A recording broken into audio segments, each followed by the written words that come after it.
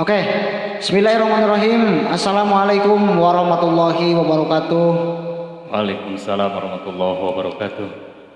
Alhamdulillahirabbil alamin wa bihi nasta'in ala umuri dunya waddin. Wassalatu wassalamu ala asrofil anbiya'i wal mursalin wa ala alihi wa sahbihi ajmain. Amma ba'du. Pertama, marilah kita panjatkan puji syukur kepada Allah Subhanahu wa taala. Alhamdulillah pada kesempatan malam yang cerah ini, yaitu bertepatan dengan malam Jumat tanggal 29 September 2022, kita hadir kembali secara rutinitas kita di malam Jumat, yaitu ngaji bareng bersama Overprint dan Rampo Legend Salem. Mudah-mudahan pada kesempatan malam hari ini kita bisa menambah keilmuan kita sedikit demi sedikit, lama-lama menjadi banyak dan lama-lama menjadi bukit, ya, untuk menambah pengetahuan kita dan untuk saling mengingatkan dengan sesama atau dengan sahabat-sahabat kita.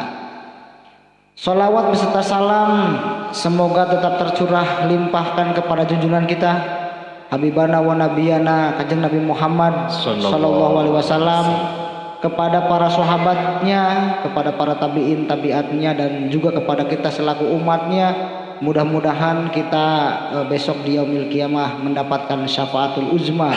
Amin ya rabbal alamin. Amin.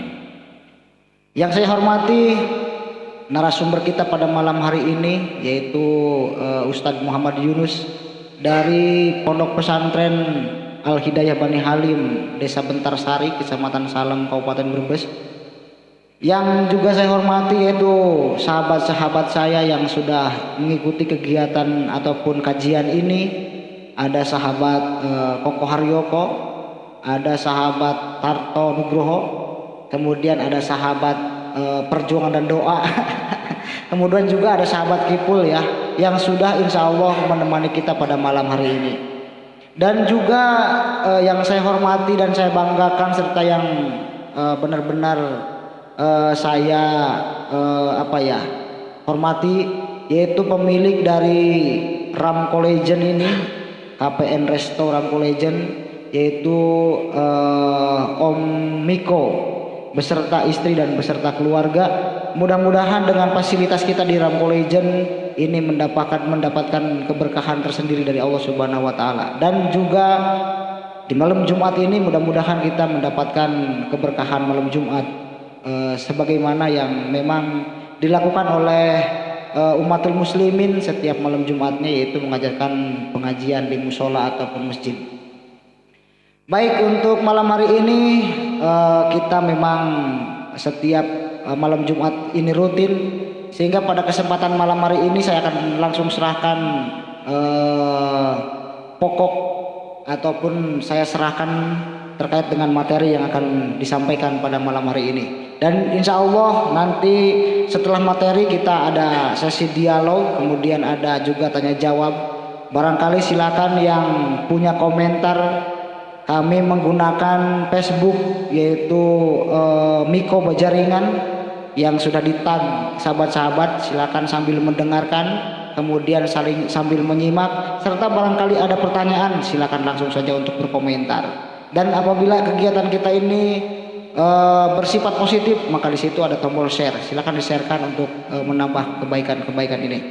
Oke, saya akan langsung saja untuk memberikan waktu kepada narasumber kita, yaitu Bapak ataupun sahabat Ustadz Muhammad Yunus. Kepada beliau dipersilakan.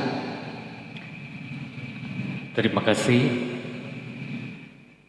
Bismillahirrahmanirrahim. Assalamualaikum warahmatullahi wabarakatuh. Assalamualaikum warahmatullahi wabarakatuh. Alhamdulillahilladzi wa kafa, wassalatu wassalamu ala sayyidinal mustafa Muhammadin wa ala alihi wa ashabihi ahli sidqi wal wafa. Amma ba'du, qala Allah ta'ala fi kitabihil karim, a'udzu billahi minasy syaithanir rajim, bismillahirrahmanirrahim. Laqad kana lakum fi Rasulillahi uswatun hasanatun liman kana yarjullaha wal yawmal akhir wa dzakarallaha katsira. Wa qala nabiyyuna Muhammad sallallahu alaihi wasallam, innama bu'ithu liutammima makarimal akhlaq. Yang saya hormati dan saya banggakan, owner Aufar Print yang malam ini menjadi host seperti biasanya, yang sering kru bilang beliau adalah Bang Karni Ikhlas.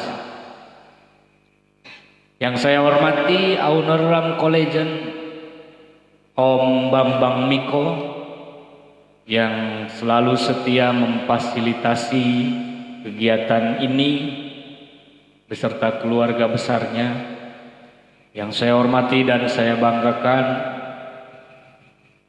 dan Koko dan Rambo atau dan Tarto Nugroho, mereka sebagai anggota Satkorcap Banser Kabupaten Brebes, dan ada dan Propos Bahri Kipul, dan ada sahabat kita semua yang saat ini alhamdulillah berkesempatan hadir, yaitu sahabat Ginanjar atau sahabat Bungkuswan. Bungkuswan. Ada Bungkuswan. Maaf tadi Facebooknya di saja. Facebooknya adalah Perjuangan dan Doa. Ya. Sahabat-sahabat Facebook yang sedang menyimak maupun yang belum sempat menyimak, yang saya hormati pula. Segala puji hanyalah milik Allah Subhanahu wa ta'ala yang tidak pernah berhenti memberikan kenikmatannya kepada kita, sehingga pada malam ini kita masih diberikan kesempatan dalam keadaan sehat untuk bisa kembali menjalankan rutinitas kita pada malam hari ini, khususnya di malam Jumat ini, dalam acara live streaming Ngopi Bareng Aufar Print dan Ram Collagen. Semoga acara ini selalu ada dalam ridhonya Allah Subhanahu wa ta'ala. Amin ya rabbal alamin. Salawat salam semoga tetap tercurah limpahkan kepada junjunan alam, Nabi akhiruz zaman, yakni Habibana wa Nabiyana Kanjeng Nabi Muhammad sallallahu alaihi wasallam, juga kepada seluruh keluarganya, seluruh sahabatnya, dan seluruh pengikut-pengikutnya. Semoga kita semua termasuk umat yang akan mendapatkan syafaatnya nanti di hari kiamat. Amin ya rabbal alamin. Amin. Sahabat Facebook yang saya hormati, dalam kesempatan ini seperti biasa, karena ini sudah masuk bulan Rabiul Awal ya. Ini kita ambil sebuah tema yang berjudul keteladanan Rasulullah sallallahu alaihi wasallam. Pertanyaan-pertanyaan akan timbul di dalam pikiran kita sebagai umatnya yang tidak pernah hidup bersamanya, yang tidak pernah sama sekali melihat wajah indahnya, yang tidak pernah sama sekali bahkan mimpi pun tidak bertemu dengannya. Kenapa kita harus meneladani sosok Nabi akhir zaman, sosok baginda yang dinamai dengan Muhammad ataupun Ahmad? Alasannya kenapa kita harus meneladani beliau, kenapa kita harus mencontoh, sedangkan Allah Ta'ala telah berfirman, laqad kana lakum fi Rasulillahi uswatun hasanah.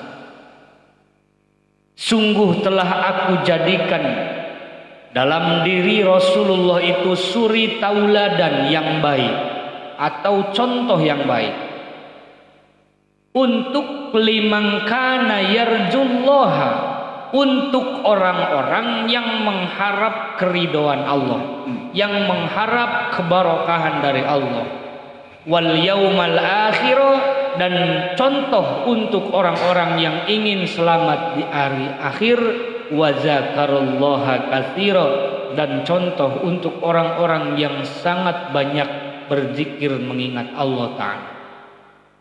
Alasannya secara logis, secara logika, secara akal kita, kenapa kita harus mencontoh Rasul? Secara logis karena Rasul itu manusia. Kita pun manusia. Kenapa Allah memerintahkan kita untuk mencontoh Rasul? Ya karena manusia.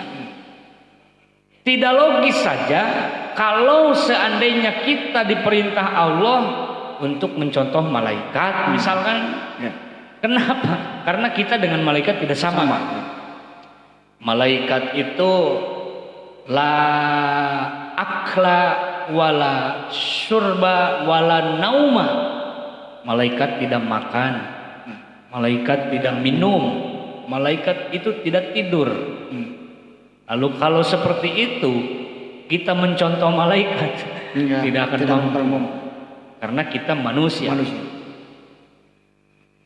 Maka pas secara logis ketika Allah Ta'ala memberikan perintah kita untuk mencontoh Rasul karena Rasul manusia.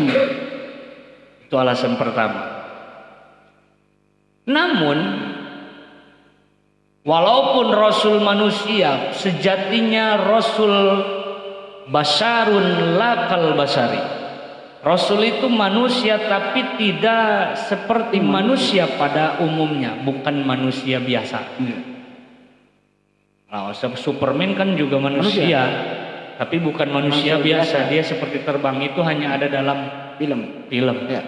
Kemungkinan itu adalah sebuah fiktif belaka. Kemudian kalau kita meniru Superman kan nggak bisa terbang, gitu. Maka Allah memerintahkan kita untuk mentauladani, mencontoh Rasul. Walaupun Rasul manusia, pada sejatinya Rasul itu basarun lakal basari, manusia yang bukan manusia biasa. Artinya dalam segi kemanusiaan, Rasul minum, kita minum. Rasul tidur, kita ya tidur, karena sama-sama manusia. Rasul makan, kita pun makan.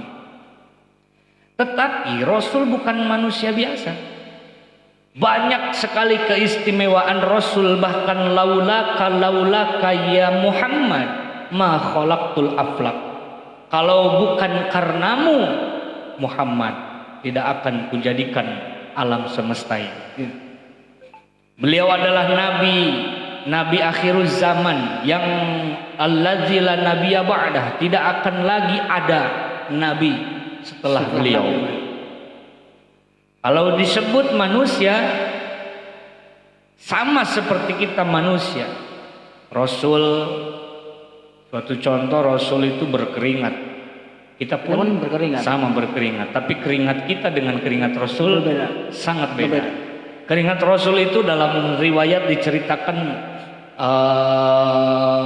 wanginya diibaratkan sebagai kasturi. Pada waktu zaman belum ada parfum. Belum ada parfum. Kalau keringat Kang Triyono bau bawang. Ya, rasakan sendiri. Kemudian sebagai manusia Rasul meludah. Ya. Kita pun sama meludah. Akan tetapi ludah Rasul itu menjadi obat. Kalau kita ludah Rasul itu obat. Pada suatu saat Nabi hijrah dari Mekah ke Madinah atau disebut dengan kota Yathrib pada waktu itu, ditemani oleh sahabat Abu Bakar. Di belakang orang-orang kafir, Abu Jahal mengejar, ingin membunuh Rasul beserta Abu Bakar. Di perjalanan, karena jaraknya jauh sangat antara Mekah ke Yathrib atau Madinah saat ini, beliau mengajak Abu Bakar, sahabat Abu Bakar, untuk berhenti atau beristirahat di perjalanan. Nah, kemudian tengok kiri kanan, ternyata di situ ada satu gua. Ada satu gua dan kita beristirahat di sini sajalah. Kata Abu Bakar, sebentar ya Rasul, aku bersihkan dulu gua ini, takutnya ada apa-apa. Kemudian sahabat Abu Bakar membersihkan gua, memastikan bahwa gua itu aman untuk digunakan istirahat. Tidak disangka, ternyata tangan sahabat Abu Bakar ketika membersihkan gua itu tersengat apa ya? Lipan. Kalajengking. Ya. Kalajengking apa ya? Lipan. Skorpion. Scorpio. Tangan sahabat Abu Bakar seketika membengkak, kemudian membiru, dan wajah sahabat Abu Bakar pucat pasi.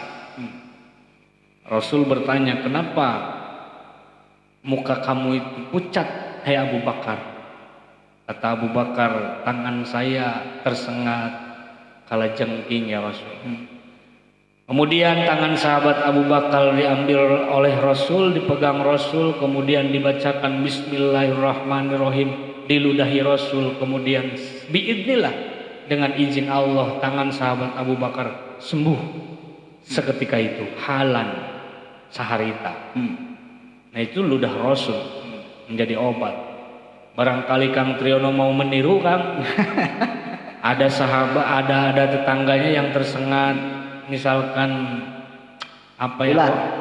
Odeng. Iya. Atau apa ya, lebah. Tersengat lebah, tinggal pegang aja tangannya. Kemudian ludahi. Ya? Tinggal ludahi Bismillahirrahmanirrahim. Wah, insya Allah Kang bau. Walaupun lapadnya sama ya. Kemudian sama caranya diludahi pula, tetapi itu ludah Rasul. Ludah kita akan sangat berbeda. Ya. Sahabat Facebook yang saya hormati, itu kenapa kita harus mencontoh beliau? Alasan yang logis pertama, karena beliau adalah manusia. Namun walaupun beliau manusia, basyarun la kal basyari, manusia tapi bukan manusia biasa. Yang paling menarik adalah kenapa kita harus mencontoh Rasul? Karena Rasul itu dari mulai sebelum lahir sampai lahir ke dunia, sampai ia wafat meninggalkan alam dunia ini, Allah tak henti-henti memberikan kehebatan kepadanya. Allah tak henti-henti memberikan keistimewaan kepadanya. Sebelum lahir sudah diketahui, bahkan sebelum lahir sudah diketahui pada waktu itu oleh pendeta-pendeta, dalam disebutkan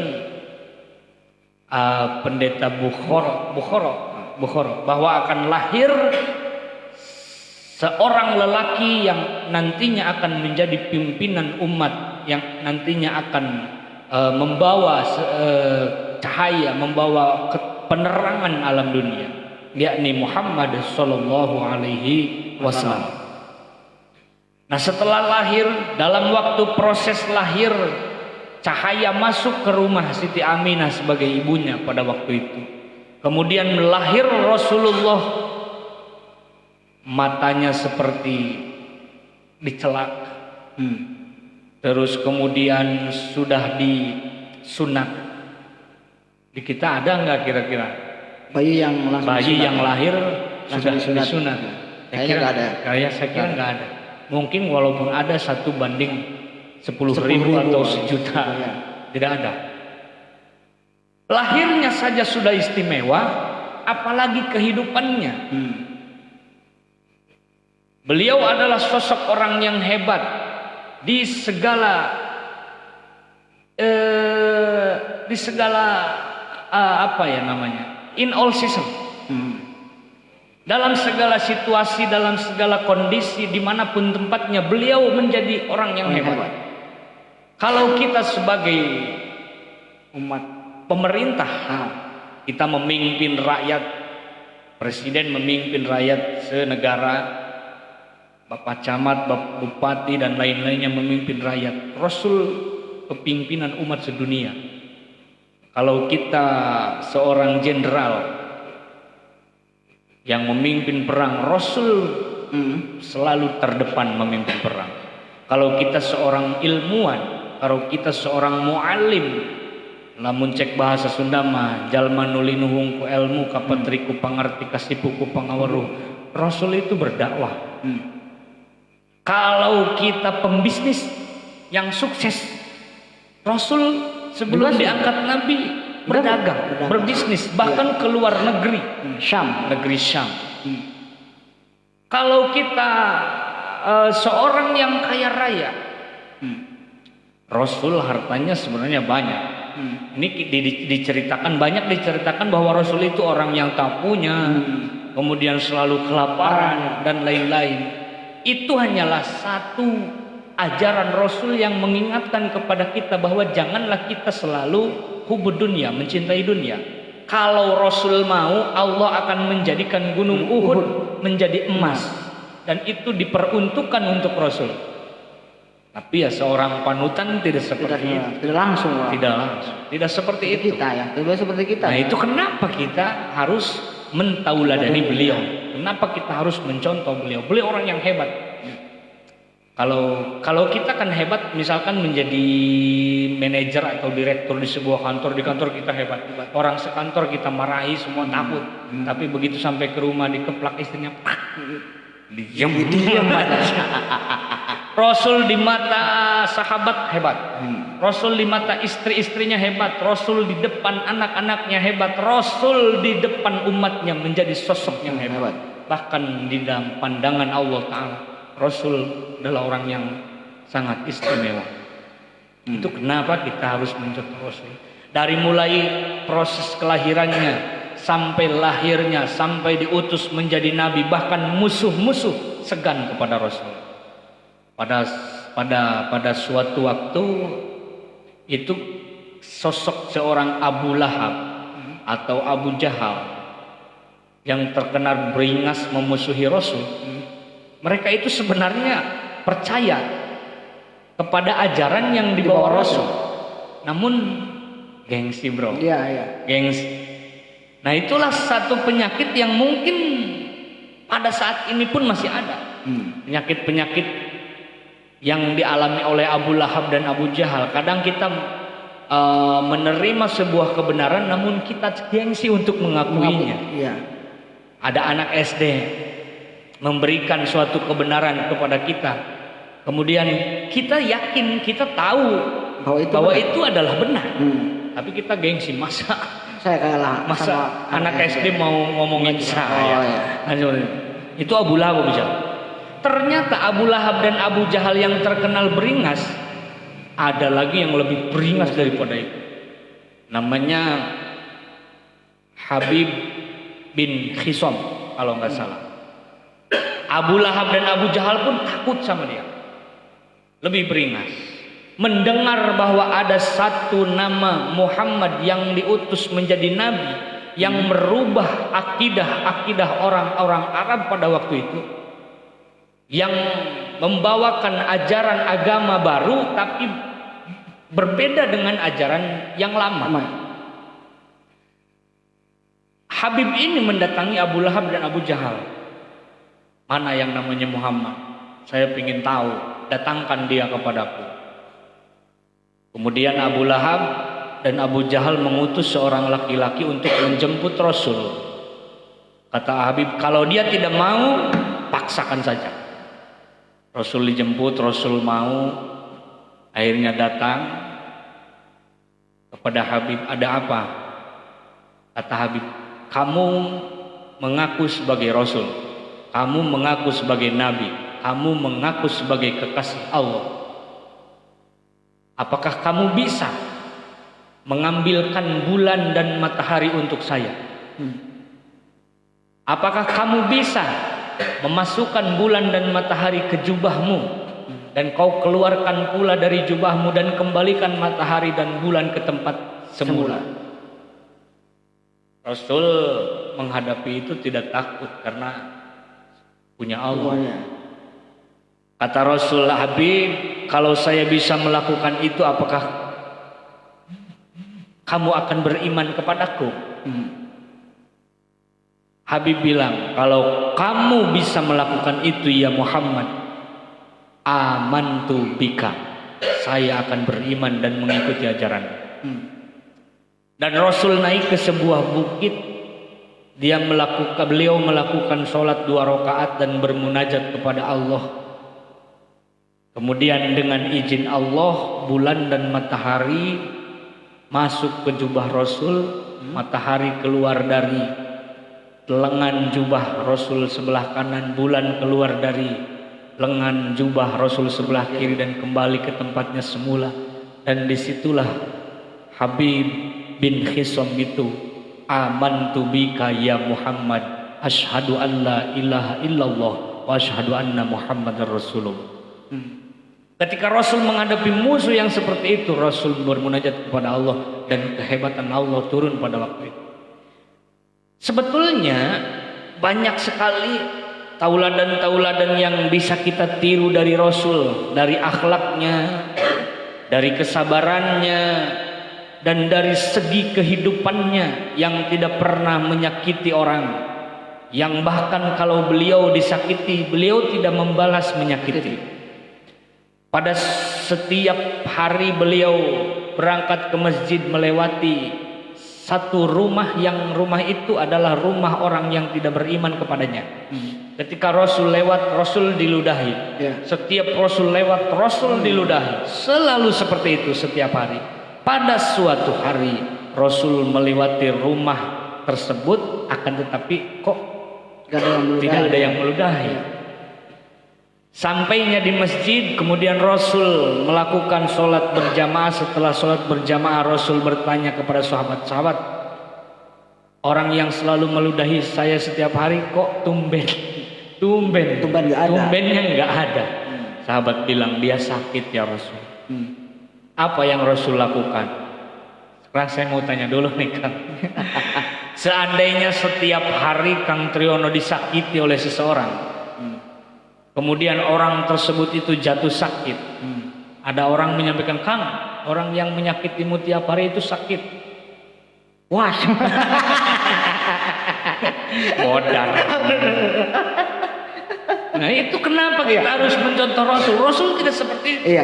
Bahkan Rasul dari masjid pulang ke rumah, beliau berkata kepada Aisyah, ya Aisyah, ma indak, apa yang ada di rumah, apa yang kau punya, bawakan. Beliau membawa segelas air Zam-Zam dan satu wadah kurma untuk dibawa ke si orang yang selalu meludahinya tiap hari. Beliau orang yang pertama menjenguk si orang yang sakit yang setiap hari meludahi Rasul, dan dari cara itu orang tersebut mengakui dan mau memeluk agama Islam.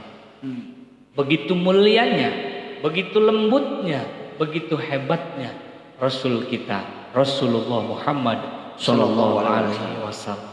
Panjang sekali. Satu dari kisah kelahirannya, beliau lahir tanpa ada bau, jasadnya wangi, sudah dikhitan pula. Kemudian cahaya pun menyertainya. Perjuangannya ketika diangkat menjadi nabi begitu luar biasa.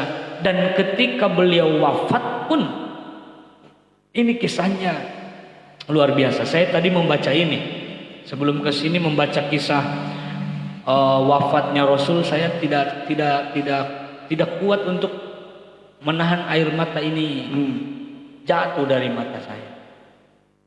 Rasul adalah satu-satunya orang yang malaikat Ijrail meminta izin kepada beliau ketika ingin mencabut nyawanya. Pada hari itu, hari Senin di bulan Rabiul Awal, sama Rasul itu lahir hari Senin 12 Rabiul Awal dan wafat pada hari Senin 12 Rabiul Awal. Hari terakhir di hari Senin, sholat subuh berjamaah tanpa Rasul imami karena Rasul memang sedang menahan sakitnya. Istagoltu binafsi, saya sedang merasakan sakitku ini, maka suruhlah sahabat Ali untuk mengimami subuh. Kemudian sahabat Ali tidak mau dan melemparkan perintahnya ini kepada sahabat Abu Bakar. Abu Bakar naik ke mimbar untuk mengimami sholat subuh pada waktu itu. Abu Bakar tidak kuat. Kenapa tidak kuat? Biasanya yang setiap pagi Rasul yang mengimami, pada saat itu tanpa Rasul sholat itu tidak diimami oleh Rasul. Kemudian Abu Bakar tidak kuat untuk menjalankan sholat subuh dan mengimami. Abu Bakar terjungkal karena tidak kuat sholat subuh tanpa Nabi. Jamaah di belakang sama, mereka semua menjerit-jerit karena sholat subuh tanpa Rasul. Mereka semua berpikir, inikah hari terakhir Rasul berada di dunia. Suara itu terdengar ke telinga Rasul, ya Fatimah, ke anak Rasul ya. Ya Fatimah, suara apakah itu? Fatimah menjawab, itu suara ummatul muslimin yang berada di masjid yang sholat subuh tanpa engkau ya Rasul. Akhirnya Fatimah panggilkan Ali. Ali dipanggil, kemudian Ali, papa saya menuju masjid. Rasul digandeng menuju masjid. Rasul mengimami sholat subuh pada waktu itu. Kemudian sholat subuh selesai, Rasul menghadap jamaah. Hada akhiru min yaumi. Ini adalah hari terakhirku berada di dunia ini. Semua menangis.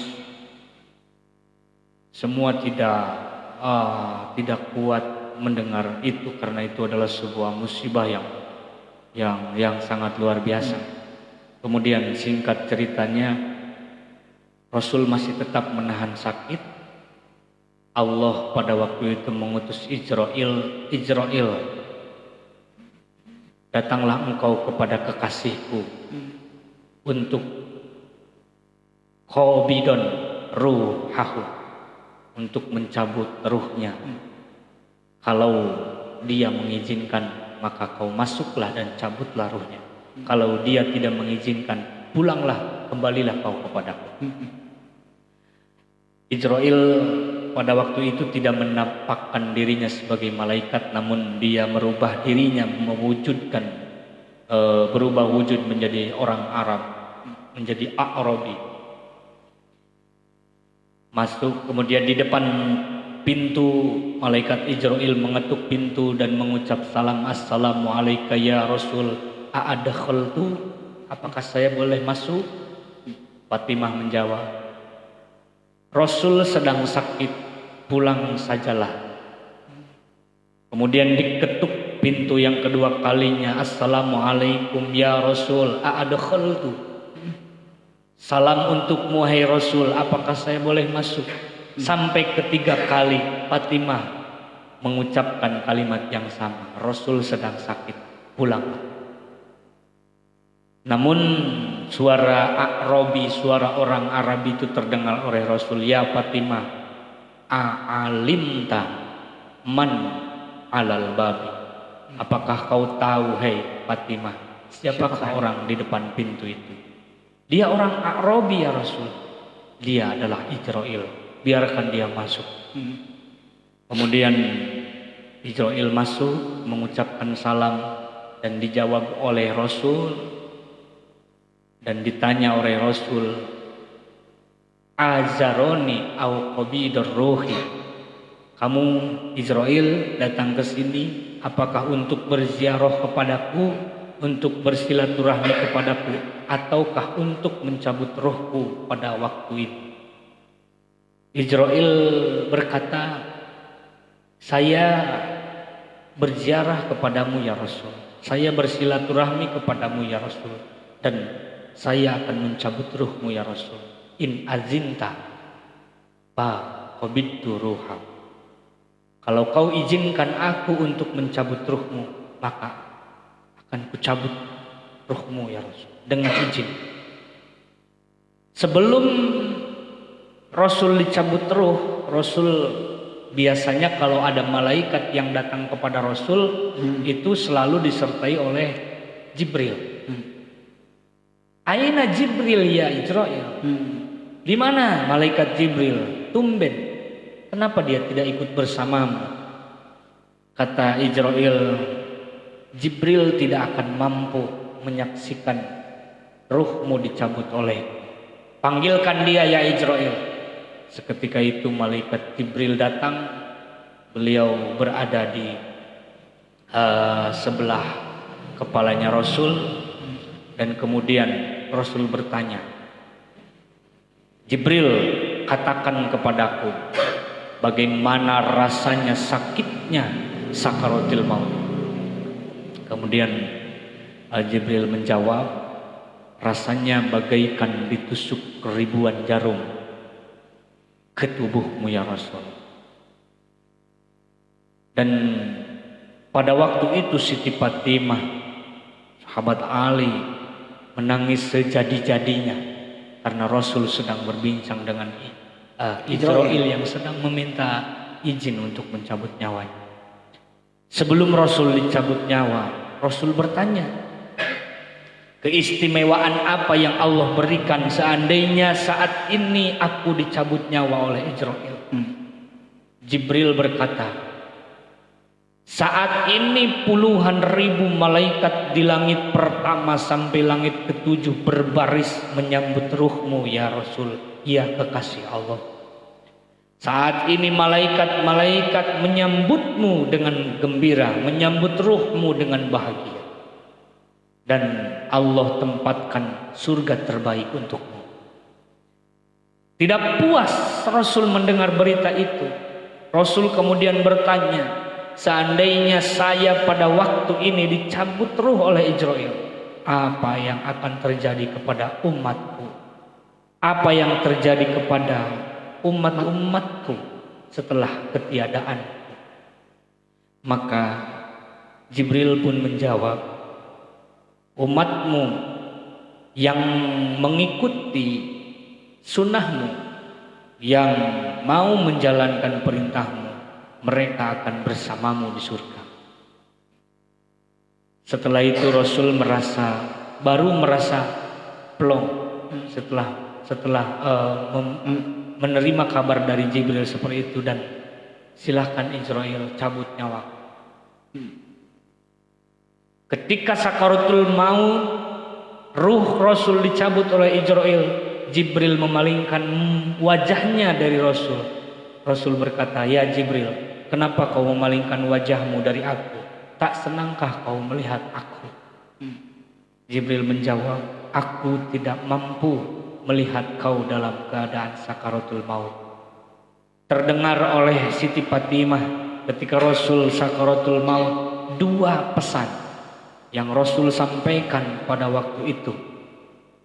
Alaikum bis sholah, alaikum bis sholah, jaga sholatmu, dan jadilah engkau orang yang bermanfaat untuk sesamamu. Sampai napas Rasul hampir benar-benar terhenti, terdengar lirih dari mulut Rasul yang mulia, ummati, ummati. Dan akhirnya Rasul benar-benar terpisah, ruh dari badannya disambut oleh para malaikat. Cuman Rasul yang Israil ketika ingin mencabut nyawa meminta izin dulu. Coba kalau kita ya. Misalkan Kang Triyono kata malaikat Israil, aku akan mencabut nyawamu, itu pun kalau kau izinkan, Kang. Besok saja. Kita pasti akan menjawab, menunda. Mohon malaikat Israil, nanti saja, saya belum punya cucu, anak saya belum menikah, saya belum bisa menafkahi cara istri saya. Iya, itu pasti gitu. Itu kenapa kita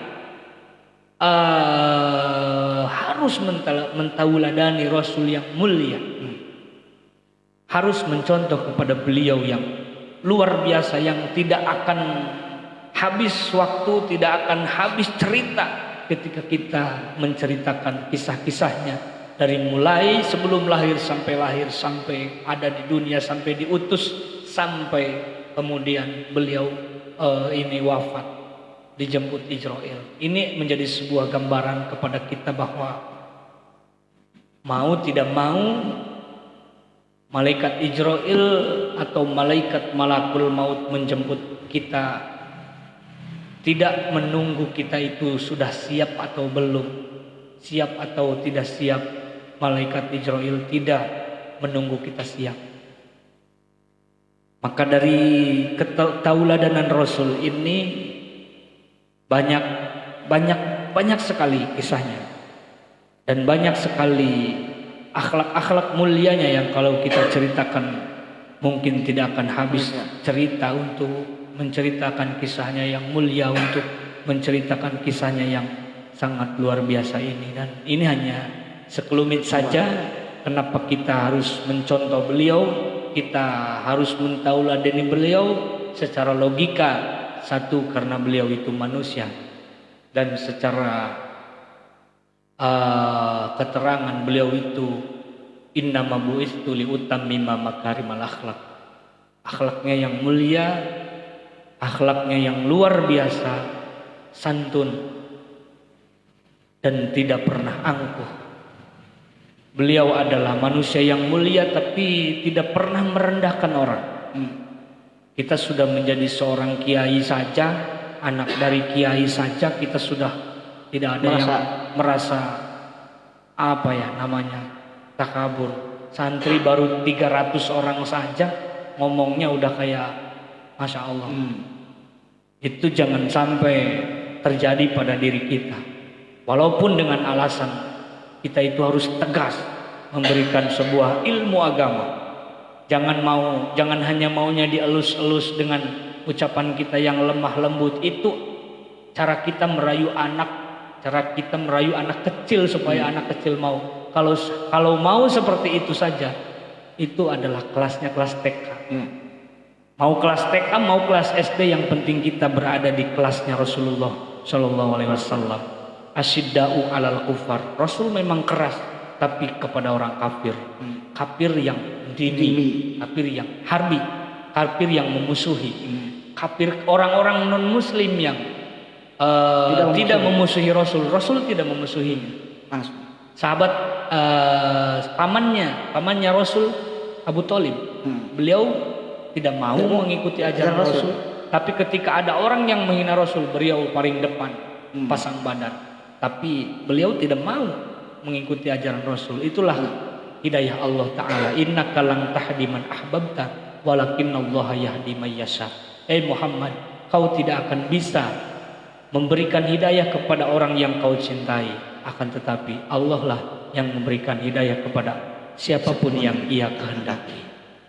Semoga dengan live streaming ini menambah kecintaan kita kepada Rasulullah Shallallahu Alaihi Wasallam, karena man ahya sunnati faqad ahabbani wa man ahabbani kana ma'i fil jannah. Rasul berkata, barang siapa yang menghidupkan sunnahku, maka nyata ia telah mencintaiku, dan barang siapa yang mencintaiku, kana ma'i fil jannah, dia akan bersamaku di surga. Amin ya rabbal alamin. Amin ya rabbal alamin. Ya. Oke, terima kasih. Itulah tadi paparan dari narasumber kita pada malam hari ini terkait dengan bagaimana kita mentauladani ya Rasulullah SAW. Mudah-mudahan apa yang sudah disampaikan oleh beliau ini menjadikan motivasi ataupun renungan untuk kita semuanya. Jadi posisinya ketika Kang Ustadz menceritakan itu, yakin bulu kuduk saya merinding semua. Sebenarnya cerita itu ada 1 halaman setengah. Dari mulai Rasul tidak mengimami subuh sampai mereka menjerit-jeritkan. Ini masih banyak. Saya lama membaca ini dari maghrib sampai isya. Masya Allah, luar biasa ya. Luar biasa. Ya.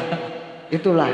Terus tentang kepribadian Rasul juga luar biasa. Iya.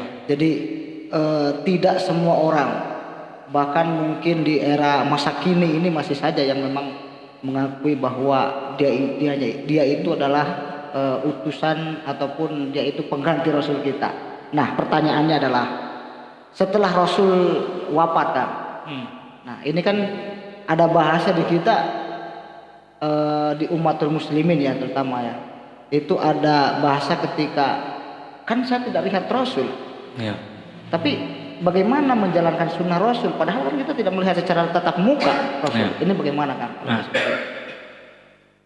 seperti hadis Rasul yang mengatakan sallu kama ra'aitumuni usolli. Salatlah kalian seperti apa yang kau lihat dari salatku. Kemudian perintah itu seluruhnya targetnya adalah umatnya, termasuk kita, orang-orang Islam. Lalu bagaimana, kan kita tidak pernah melihat Bertemu bagaimana cara Rasul sholat? Sholatnya. Tidak. Nah disinilah kita perlu berpegangan kepada pusaka-pusaka yang telah Rasul wariskan kepada kita. Taraktu fikum amroini in tamassaktum bihima falang tadillu abada. Aku tinggalkan dua pusaka untuk kalian, hai umatku. Apabila kau berpegang teguh kepada dua pusakaku ini, kalian tidak akan sesat selamanya. Yang pertama kitab Allah wa sunnata rasulih. Yang pertama adalah Al-Quran dan kedua adalah Al-Hadis. Itu pegangan. Bagaimana cara kita melaksanakan perintah Rasul sementara kita tidak pernah melihat Rasul? Kita buka Quran, baca Quran, pahami Quran, dan kemudian kita amalkan esensinya, amalkan redaksinya dalam kandungannya dalam syariat. Nah, kalau toh di Al-Quran itu bahasanya sangat sulit untuk dipahami, kemudian ada pusaka yang kedua yaitu sunnah rasulih, yang dimaksud adalah al-hadis. Hadis ini adalah ucapan-ucapan Rasul dan kejadian-kejadian yang menimpa Rasul yang kita berpedoman. Nah, ketika kita saat ini mengalami polemik dalam agama atau khususnya dalam ibadah kita, wah ini bagaimana? Tinggal kita berpedoman saja kepada hadis. Al-Quran dan hadis adalah dua pusaka yang Rasul tinggalkan dan harus kita berpegang teguh kepadanya, dan maka kita tidak akan sesat selamanya. Akan tetapi Kang, saya kira untuk Al-Quran dan hadis saja tingkatan kita tidak mampu untuk memahami kedua itu. Ya. Seperti yang kalau tidak salah ini sudah kita bahas ceritakan di live sebelumnya, ketika kita mengambil satu ayat saja, wa'bud rabbaka hatta ya'tiyakal yaqin, sembahlah Tuhanmu sehingga datang kepadamu al-yaqin. Maka dari ayat tersebut banyak orang salah mengartikan dan salah memaknai. Akhirnya kalau saya sudah yakin maka saya tidak usah menyembah Tuhan. Kalau saya sudah yakin Tuhan itu ada, saya yakin Tuhan yang menghidupi saya yakin bahwa kehidupan ini adalah Tuhan yang mengatur, tidak usahlah saya menyembah Tuhan. Padahal kalau kita buka, nah ini yang dimaksud dengan ijma. Kita buka dalam kitabnya, karangan ulama-ulama, tafsir Sawi, tafsir Munir, tafsir Jalalain, tafsir Ibnu Katsir, dan tafsir-tafsir yang lainnya, ternyata ulama seluruhnya sepakat al-yakin itu artinya al-maut. Kenapa yakin dimanai maut? Karena mati suatu hal yang yakin pasti akan datang kepada kita semua sebagai orang yang bernyawa. Nah, maka dua pusaka Quran dan hadis, kemudian ijma dan qiyas, ini juga sangat penting sekali sebagai pegangan kehidupan kita sehari-hari. Terus dulu ya memang saya pernah sedikit belajar agama terkait dengan hadis ini Kang. Jadi yang ditinggalkan oleh Rasul itu Al-Quran dengan Al-Hadis. Nah di situ ada beberapa cabangnya Kang. Di antaranya dulu saya pernah mendengar yang namanya hadis takriri katanya.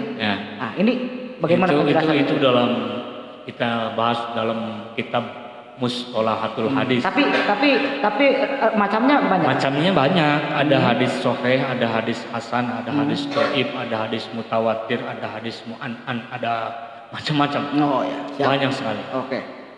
Yang mungkin kalau hadis itu sahih, itu kalau di belakangnya rawahu Bukhari Muslim atau rawahu Bukhari atau rawahu Muslim atau muttafaqun alaih. Hadis ini telah disepakati oleh perawi atau hadis ini diriwayatkan oleh Imam Bukhari atau oleh Imam Muslim atau oleh Imam Bukhari dan Muslim, itu hadis sahih. Ya.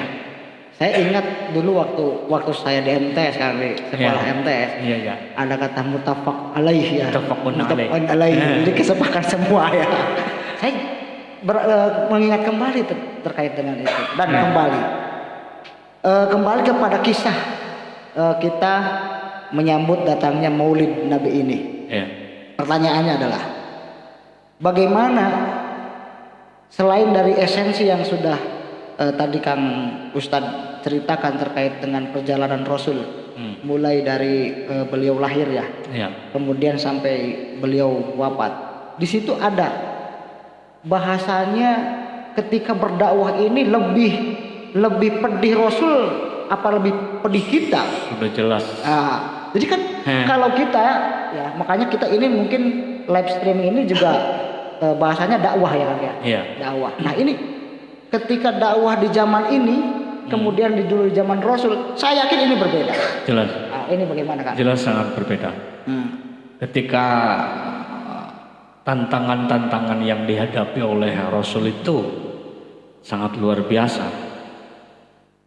Zaman sekarang mana ada orang yang sedang sholat dilempari kotoran unta? Ya, nggak ada. Nggak ada. Kalaupun toh ada, pasti urusannya hukum. Penjara. Ada hukum. Pelecehan agama. Kalau dulu tidak ada.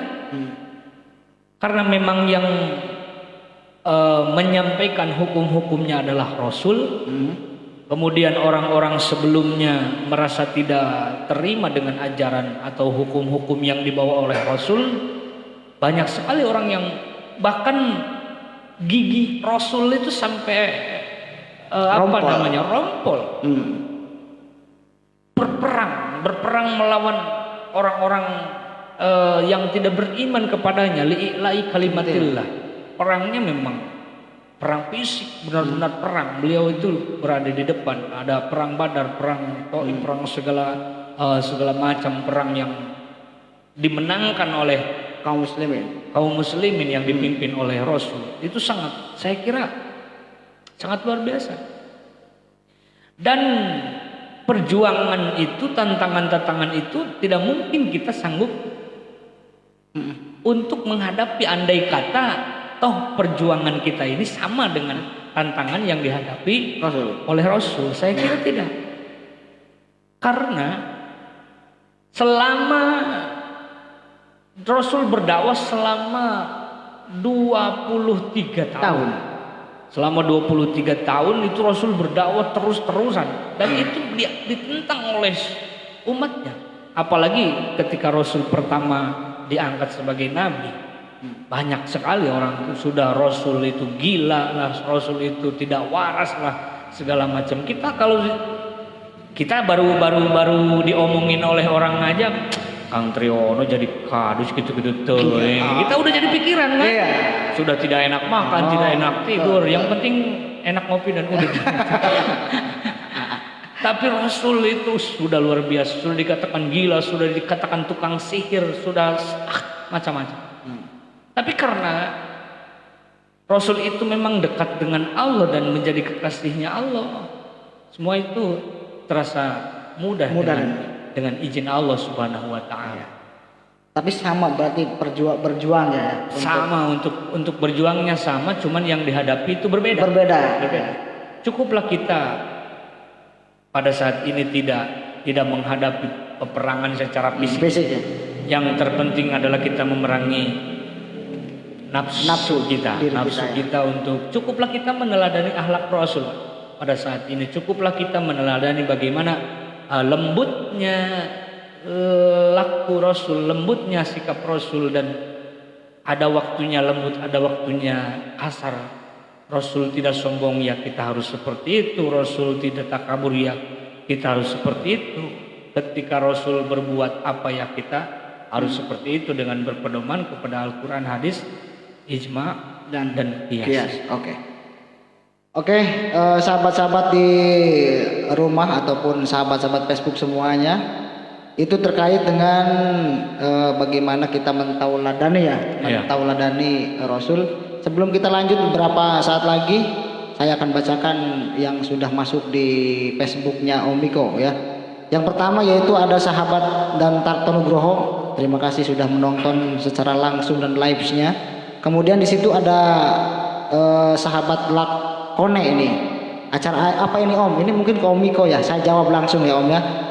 Ini adalah acara rutin setiap malam Jumat yang diadakan di KPN Resto Rampo Legend, dan insya Allah ini kegiatan setiap malam Jumat ini dengan ngaji bareng bersama Auparprint dan Rampo Legend. Mudah-mudahan sekali lagi kegiatan ini dijadikan sebagai media dakwah ya Kang ya, meskipun sedikit demi sedikit.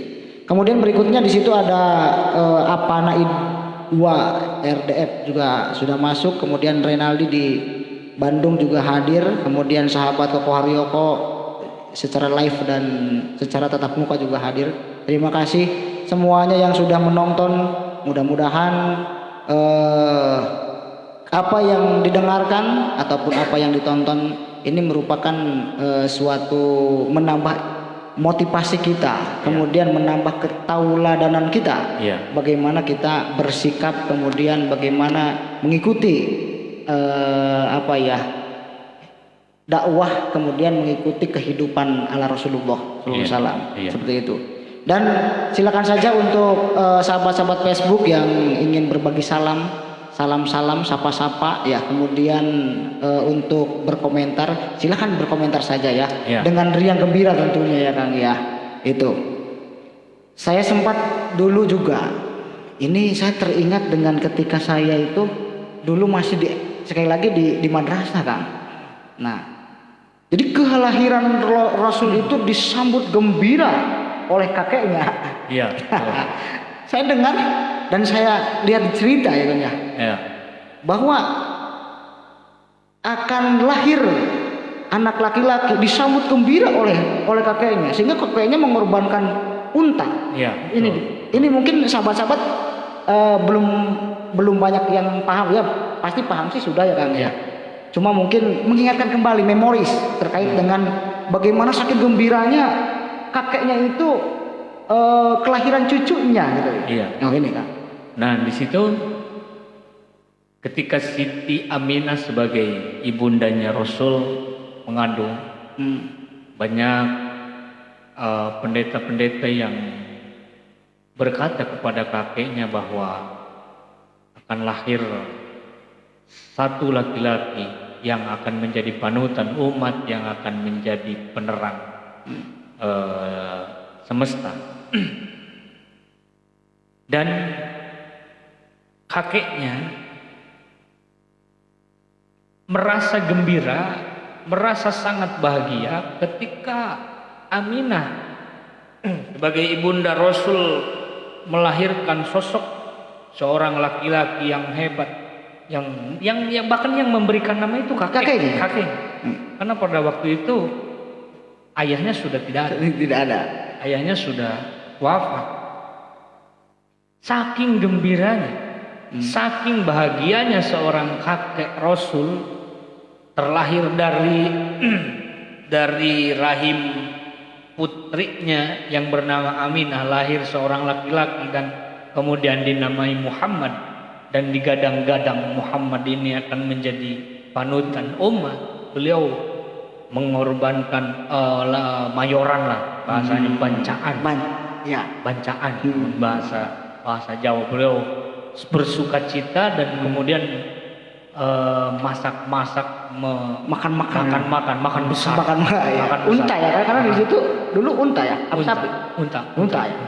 Itu beliau mengorbankan unta, ratusan unta, karena kakek Rasul ini adalah orang yang kaya raya. Rasul itu terlahir dari keluarga yang kaya raya. Kakeknya Rasul orang yang kaya raya yang banyak ontanya. Karena saking senangnya kakeknya karena kelahiran cucu yang benar-benar berjenis kelamin laki-laki yang sudah disunati, yang sudah dikhitan juga saking luar biasanya. Nah, oleh karena itu yang mengurus Rasul pun ya kakeknya yang mempelajari dia memanah, yang mempelajari beliau berenang dan lain-lain. Tapi itu pun tidak lama, hanya beberapa tahun kemudian Rasul pun ditinggalkan oleh seorang kakeknya, dan beliau pun disusui oleh Siti Halimatus Sa'diyah. Banyak sekali kisahnya, banyak sekali tanda-tanda kebahagiaan dari seorang kakeknya. Karena ibarat kita mempunyai anak, ternyata yang keluarnya memang apa yang kita inginkan. Kita ingin perempuan, ternyata keluarnya perempuan kan bagaimana? Terbayanglah, kebahagiaanlah. Seperti itulah kakeknya Rasul ketika beliau Rasulullah SAW lahir ke dunia ini. Terus tadi disebutkan bahwa Rasulullah diajar mengenal kehidupan oleh kakeknya. Nah, berarti benar. Artinya Rasulullah pun sama manusia biasa ya. Sama seperti kita. Sama. Rasul kalau kita lihat dari ajaran agama, zaman dahulu Rasul menyarankan anak kita itu harus dididik rimayah. Rimayah itu memanah dan berenang. Dulu ada berarti. Ada lah. Berenang. Nah, kalau sekarang saya kira artinya kenapa Rasul diajarkan berenang dan memanah ya barangkali itu untuk bertahan hidup. Pada waktu itu memang waktu perang ya. Kalau saat ini ya ajari anak kita untuk ekonomi supaya bisa bertahan hidup dengan bisnisnya. Ajari anak kita untuk berdagang, ajari anak kita untuk bagaimana cara mempertahankan hidup supaya hidup ini bertahan stabil. Saya kira seperti itu. Dan Rasul sendiri yang diberikan nama. Maka kewajiban orang tua kepada anaknya yang pertama adalah memberikan nama yang baik. Kakeknya memberikan beliau nama Muhammad, artinya orang yang terpuji. Kita pun menamai anak kita harus baik. Jangan asal-asalan. Runtah atau biasanya gini Kang, biasanya zaman dahulu ya. Ini setelah Rasul kita jadi bahasanya embah-embah kita itu mohon maaf antara nama anak saya dengan nama dulu itu berbeda, sangatlah berbeda. Saya kira nama yang baik itu adalah yang memang tujuannya baik. Tidak harus ke Arab-Araban atau apalagi Ibrahim diganti jadi Abraham, Jibril diganti jadi Gabriel. Betul. Tidak harus ada ke Arab-Araban, tapi punya tujuan yang baik. Artinya ayyuhsina ismahu, memberikan nama yang baik. Misalkan Selamat supaya anak ini selamat. Kemudian memberikan nama Ustadz Urip Rahayu. Urip hidup supaya hidup rahayu. Sejahtera. Mantap itu ya. Itu kan nama luar biasa. Muhammad Yunus. Itu adalah tafaul. Muhammad Triyono. Muhammadnya bagus kan? Saya bertanya kepada ayah saya. Kenapa saya diberi nama Muhammad Yunus? Itu adalah tafaul. Tafaul itu ngalap ketularan baik dari Nabi Muhammad dan Nabi Yunus. Makanya saya sering dijuluki keluar dari perut ikan.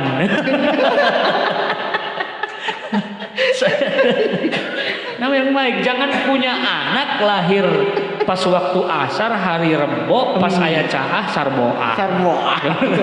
Asal sama sebenarnya Muhammad Triyono tinggal Muhammad yang ikut Muhammadnya. Triono itu paling Jawa ya. Jawa 3. Tapi kenapa orang tua ya itu mungkin ada tersendiri, ada makna tersendiri dari Nah, Triono anak ketiga Pak. anak pertama. Oh, anak pertama. Nah, disitulah. Sehingga kata saya juga ketika dulu memberikan nama-nama yang baik ya tidak seperti sekarang. At-Tarij, Ab-Qorijian, Lainu Parus luar biasa panjangnya seperti kereta. Tapi mungkin orang tua pun memberikan kita nama meskipun singkat, padat, pendek. Iya. Ini sebenarnya punya makna tersendiri. Iya. Punya arti. Seperti tadi ya. Selamat. Punya anak namanya Selamat. Supaya selamat. Sehingga walaupun dia misalkan di sawah terjungkal ke kotaran pun ya tetap selamat namanya. Iya, supaya selamat. Ya, memberikan nama yang baik. Nama yang baik. Nama yang baik. Kedua, wa adabahu, memberikan ia pendidikan adab, tata krama. Tata krama. Kemudian wa yu'allimahumul kitab, dan memberikan pelajaran kitab, pendidikan agama, pendidikan umum, semuanya penting. Kita harus pendidikan agama tanpa ilmu, pendidikan agama tanpa ilmu umum itu akan menjadi sebuah pincang. Ya. Atau hanya pendidikan umum tanpa pendidikan agama itu akan buta. Makanya keduanya perlu. Kenapa sekarang pesantren disandingkan dengan sekolah? Atau di mana ada pesantren di situ ada sekolah? Ya. Atau ada pesantren yang memang ijazahnya diakui ijazah sekolah ya. Seperti itu. Itu karena memang mereka kiai-kiai kita mempertimbangkan bagaimana ilmu agama dan ilmu sekolah. Wa yu'allimuhul kitab, dan kemudian warimayah wasibahah itu tadi mengajari anak kita bagaimana cara bertahan hidup di era disesuaikan dengan masing-masing. Dan kita tidak harus memaksa anak kita hidup pada saat zaman kita anak-anak. Jangan memaksakan anak kita hidup di masa kita anak-anak. Iya, paham. Ngomean HP wae. Oh, pada teman tuh. Bapak mah baheula. Oh iya. Sepintar-pintarnya kita memberikan HP itu siaran yang bagus atau ada manfaatnya lah ya, seperti itu. Tapi, itu tugas orang tua kepada mendidik anak itu. Memberikan ilmu agama dan ilmu pengetahuan umum itu tugas orang tua sebetulnya. Bukan tugas guru ngaji, bukan tugas guru-guru, bukan tugas kiai, bukan. Tapi itu orang tua. Tugas orang tua. Pohon daun tidak akan pernah jatuh dari tangkai. Baik, oke. Sekali lagi terkait dengan kisah Rasul ini, memang tidak bisa kita bayangkan ketika kita bahasanya ingin bertemu dengan Rasul. Iya. Tapi bagaimana caranya kita memberikan menjadikan tauladan dari yang sudah diberikan oleh Rasul berupa Al-Quran dengan Alkitabnya. Nah, dalam hal ini bagaimana supaya kita masih dalam tahap koridor zaman sekarang Bagaimana anak-anak kita, terutama anak-anak kita ya, ngaji di pesantren, kemudian di majelis taklim. Nah, ini bagaimana caranya supaya memang mereka itu sama dengan kita mengajarkan ala Rasul. Iya. Pertama-tama yang harus kita lakukan terutama dalam pendidikan anak, walaupun itu sebagai tanggung jawab orang tua, dan apabila orang tua tidak bisa mendidik anak, maka amanahkan dia, kemudian pasrahkan dia ke kiai-kiai yang berada di pesantren. Dan pesantren ini kalau dalam taklim muta'alim, ketika kita ingin mengaji kepada seorang kiai di pesantren, kita harus survei dulu. Nah, misalkan nama pesantrennya apa, yang diajarkan apa, kiainya siapa, kemudian dia mondoknya di mana, itu perlu. Itu namanya adabu ta'lim wal muta'alim. Adalah cara belajar mengajar di pesantren itu seperti itu. Jangan sampai kita salah memasukkan anak ke pendidikan yang nantinya akan membuat malapetaka untuk keluarga, menyerang. Oh ya. Karena mungkin radikalisme tidak kita pungkiri, tidak bisa kita pungkiri. Ya. Mungkin ada satu pesantren mungkin di daerah mana yang radikalisme yang mengajari bahwa agama itu adalah nomor satu. Hukum Allah itu adalah hukum yang harus dijalankan tanpa mengenal hukum-hukum lain. Sementara kita hidup di Indonesia, hukum kita adalah berdasarkan pada Pancasila dan Undang-Undang Dasar 1945, dan itu pun tidak menyampingkan hukum Allah. Toh Pancasila sendiri itu tidak bertentangan dengan hukum Allah. Tuhan yang Maha Esa, adil dan beradab, musyawarah dan lain-lain sebagainya itu. Dan Pancasila ini lahir atas dasar rumusan-rumusan atau perumus-perumus orang-orang yang hebat. Bukan hanya orang nasionalis, tapi juga orang-orang agama, orang-orang agamis. Mereka bahkan istikharah dulu mau mencetuskan 5 sila dari Pancasila ini. Itu hasil istikharah. Apakah ini baik apa tidak? Kenapa bahasanya Tuhan yang Maha Esa? Karena di Indonesia ini bukan hanya orang Islam, tapi menurut orang Islam kalau kita berbicara Tuhan ya Allah, la ilaha illallah, tidak ada Tuhan selain Allah. Orang Islam berbicara Tuhan ya berarti berbicara tentang Allah. Sama ya. Sama. Iya. Oke.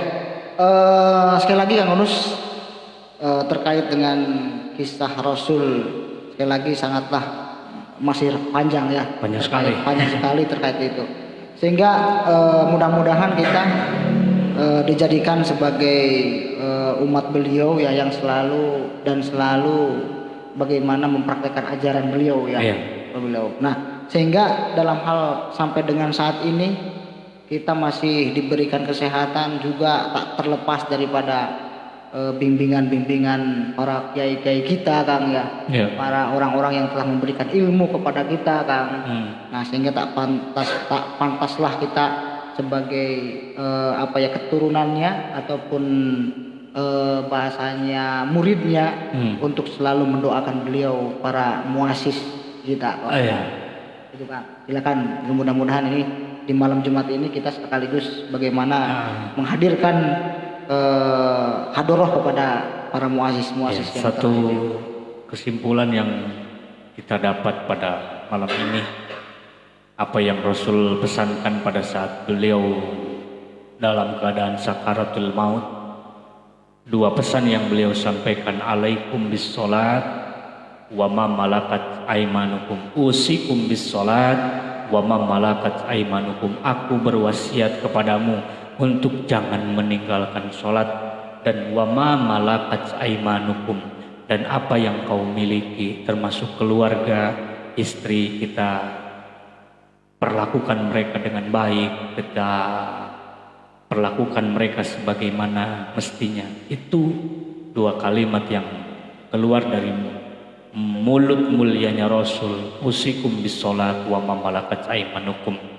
Dan di akhir sakaratul mautnya Rasul, Jibril berkata, jangan kau khawatirkan umatmu setelah ketiadaanmu, karena umatmu yang mengikuti langkahmu, umatmu yang mengikuti sirahmu akan berada bersamamu di surganya Allah Subhanahu wa Ta'ala.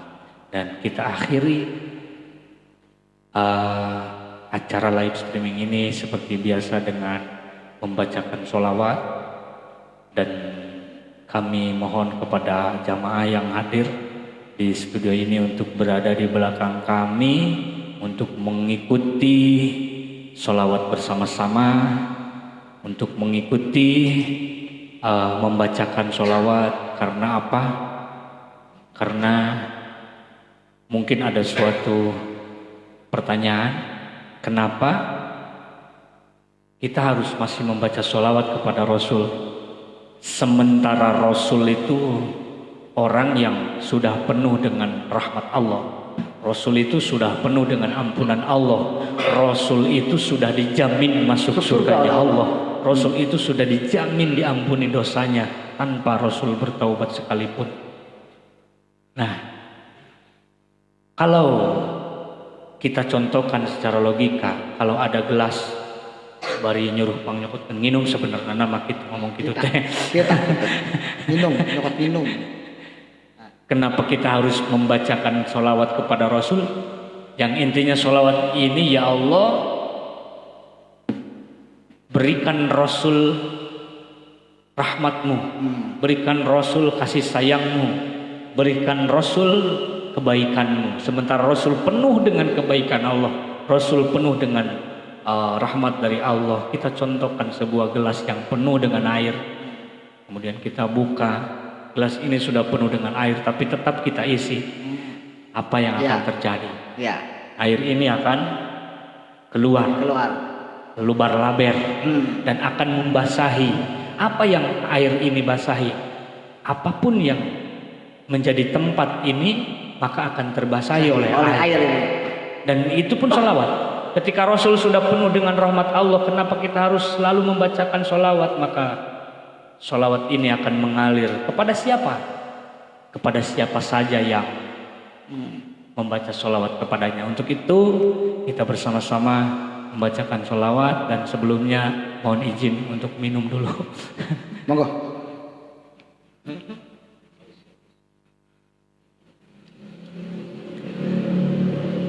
Allahumma sholli wa sallim wa zid wa barik ala rasulillah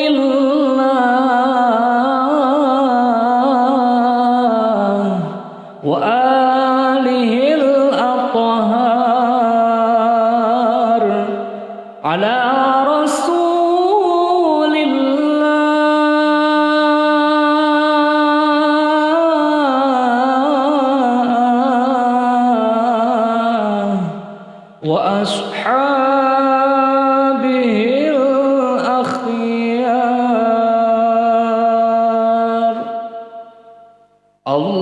Allahumma sholli ala Muhammad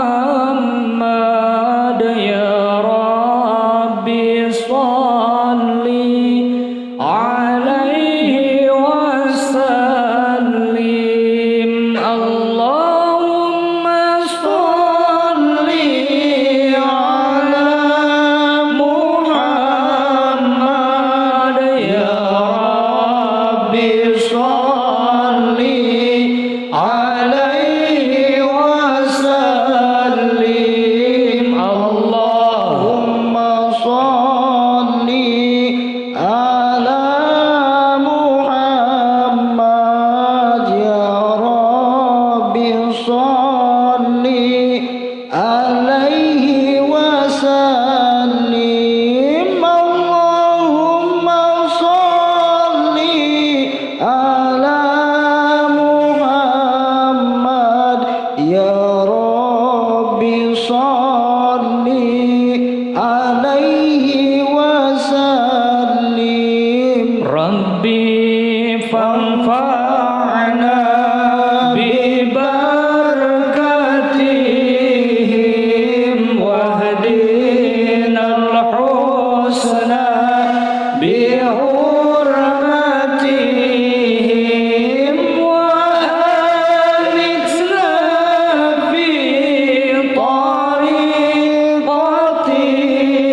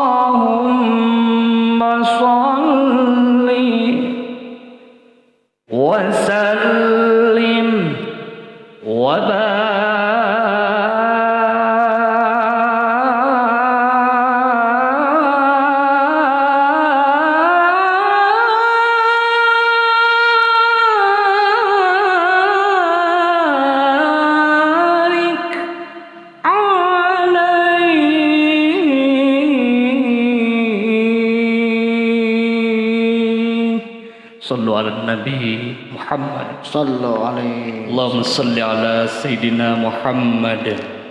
Allahumma salli ala Sayyidina Muhammad. Kini itu yang bisa saya sampaikan. Kurang lebihnya mohon maaf. Walafu minkum. Wassalamualaikum warahmatullahi wabarakatuh. Waalaikumsalam warahmatullahi wabarakatuh.